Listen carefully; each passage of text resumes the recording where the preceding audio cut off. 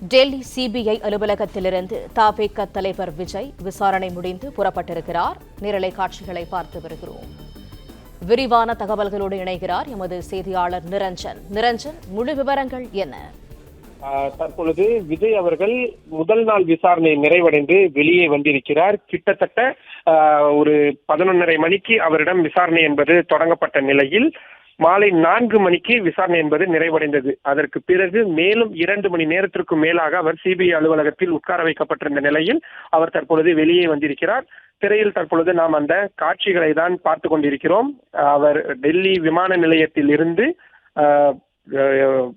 CBI அலுவலகத்திற்கு வருகை தந்த அந்த காரிலேயே தற்பொழுது அவர் புறப்பட்டிருக்கின்றார்.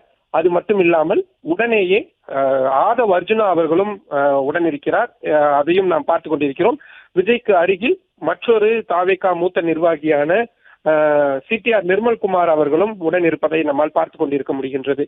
மிக முக்கியமாக நாளைய தினம் இந்த விசாரணை தொடருமா என்பதை இன்னும் சற்று நேரத்தில் நம்மால் தெரிந்து கொள்ள முடியும்.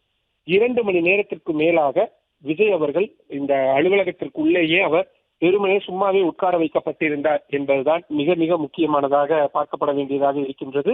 முதலில் நடந்த அந்த 4 மணி நேர விசாரணை என்பது கரூர் பிரச்சாரத்தின் போது 41 பேர் உயிரிழந்த விவகாரத்தில் என்னென்ன சந்தேகங்கள் எல்லாம் சிபிஐயிடம் இருக்கிறதோ அவை அனைத்தையும் நிவர்த்தி செய்வதற்கான விசாரணையாகத்தான் நடந்திருக்கிறது. அதில் மிக முக்கியமாக விஜய் அவர்கள் ஏன் அந்த இடத்திற்கு தாமதமாக வந்தார், அவர் அந்த நேரத்தை எதற்காக குறிப்பிட்டு சொல்லி இருந்தார்கள், காவல்துறையினர் சார்பில் என்ன ஏற்பாடுகள் செய்யப்பட்டிருந்தது, 500க்கும் மேற்பட்ட காவல்துறையினர் அந்த பகுதியில் இருந்தார்களா, தவேக நிர்வாகிகள் யார் யாரெல்லாம் சம்பந்தப்பட்ட இடத்தில் இருந்தார்கள், கரூர் துயர சம்பவம் நடந்து முடிந்ததற்கு பிறகு என்னவாக இருந்தது போன்ற பல்வேறு கேள்விகள் என்பதும் விஜய் அவர்களிடமிருந்து எழுப்பப்பட்டிருந்தது. மதிய உணவு விடுமுறை கூட அவர் எடுத்துக்கொள்ளாமல் சிபிஐ விசாரணைக்கு முழு ஒத்துழைப்பு வழங்கியிருந்தார் என்பதுதான் இந்த நேரத்தில் மிக மிக முக்கியமான ஒன்றாக இருந்து வரக்கூடிய சூழலில் தற்பொழுது அவர் அந்த வேலைகளை அனைத்தையும் முடித்துவிட்டு புறப்பட்டிருக்கிறார்.